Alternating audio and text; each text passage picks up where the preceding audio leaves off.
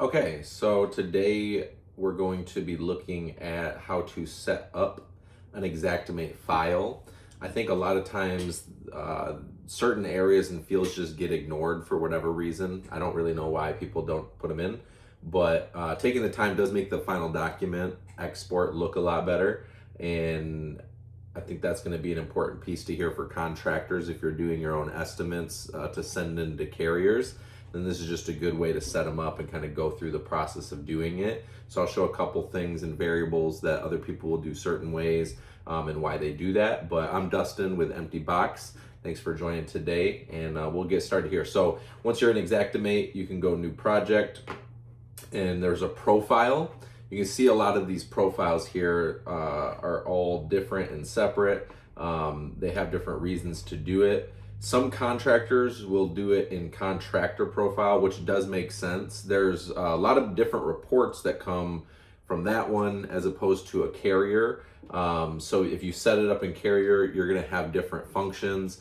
If a carrier, for instance, is asking you as the contractor to separate out coverages, which isn't really your job, but they will ask it. They'll say, well, can you move some of the dwelling A coverage to code upgrade to make that scene? You would need to be in this profile to do it, technically. And then this is the contractor. I'm gonna do it in Contractor just for the sake of most people would use this. And we'll go just call it setting up an Xactimate. Now, some people will put spaces in here, but you'll see what happens when you do is it will put underscores on there. I think that looks like a little worse to read, to be honest. I personally just always put it all as one, and then if it's like a rebuild or a roof or a water mitt or whatever, I'll kind of separate it out like that. But I usually put the actual name of the client, and that's how most carriers would want to see it anyway. So like if the homeowner's name is Dustin Taylor, I would put Dustin Taylor here and then what the type of project is, something like that. So we'll go create, and then I'll show a couple fields that tend to seem to get missed a lot of times when people are setting these up. But really all the fields that I'm going to show to fill out do technically matter. I think that they're important pieces to doing it, and so that'd just be my take. But okay, so here's where it's going to load. You're going to do it based on zip code is usually the easiest. So if I were to go request price list, you can click right here, go zip code, and then put in the zip code that you're going to work. This is Los Angeles, California. That's where I'm doing a lot of claims right now. So I do probably 80% of my clientele is contractor direct work. So I work with like general contractors, roofing contractors, water mitigation, mold remediators, fire remediation companies, public adjusters, lawyers. I mean, it's across the gamut, appraisers, umpires. So files are always coming across my desk, but as far as putting in the zip code is probably the easiest way, and then you would go download. And what it'll do is give you an option here, double click that, and then that'll take you into the Xactimate here. And so then this is where you're gonna start filling in information. So first one is name here. I'll just use mine. We'll just say email@email.com. And then we'll say street address is 123 Test Road, city, since this one's in Los Angeles, I think it's actually the Palisades, but we'll go like that. Palisades, and then that's California, and then the zip code was 90272 or something. I think it was 272. All right, so then we'd go phone number, like that. Okay, so these ones, I don't personally fill out these unless I guess it was a water mitigation one, possibly, but this is mostly for people who are like on program with a carrier. So if I have a client who's on program with a carrier, I would do that. I don't really have many clients that do that anymore. The estimator here, you can fill out real quick who you want that info to be, and then type of loss. It's going to bring up a list. Now, most of the time the carrier is going to set this. If you happen to get a project before, let's say an actual adjuster went out and set the type of loss, sometimes the homeowner would have, but I always like to just put what I think it is based on the photo sets I get or understanding the nature of it. So like sometimes people will use, where is it? Windstorm and hail.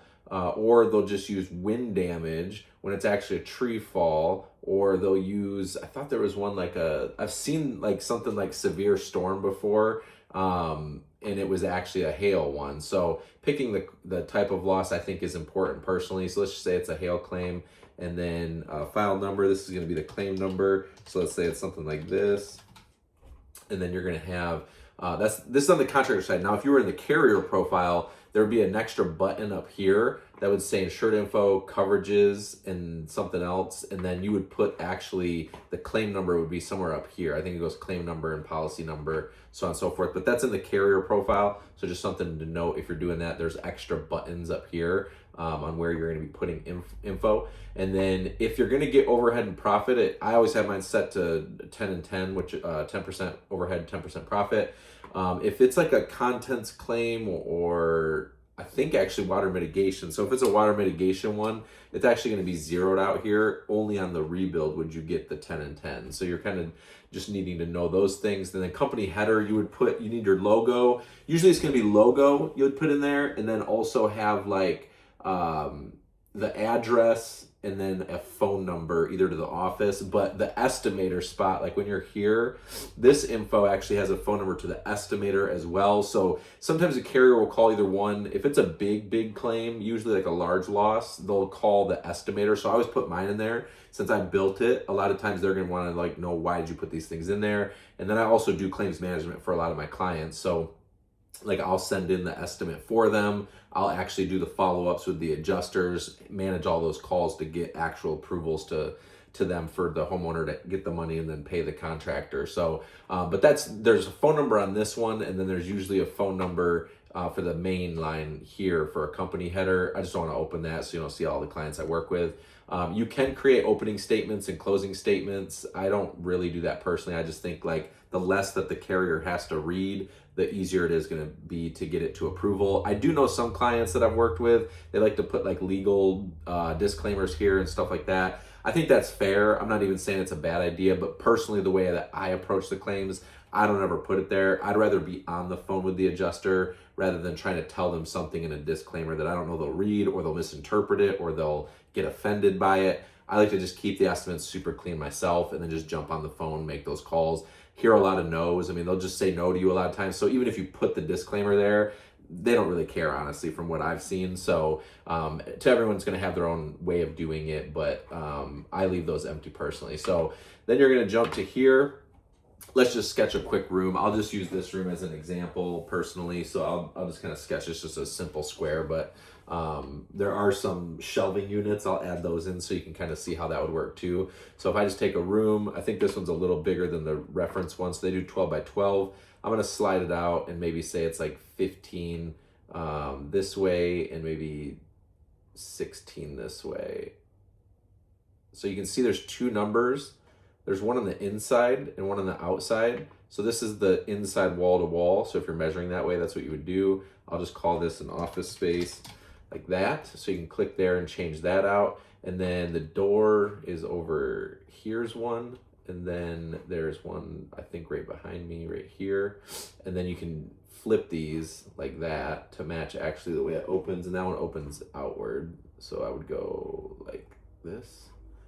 And that's the way that opens. Yep. So this is kind of how to get into the office. There's a bathroom back here. So if I wanted to add a room, you can either go like that, snap it to it and make it right. Or if I know about the approximate size, you can just go wall, slide this out to like here.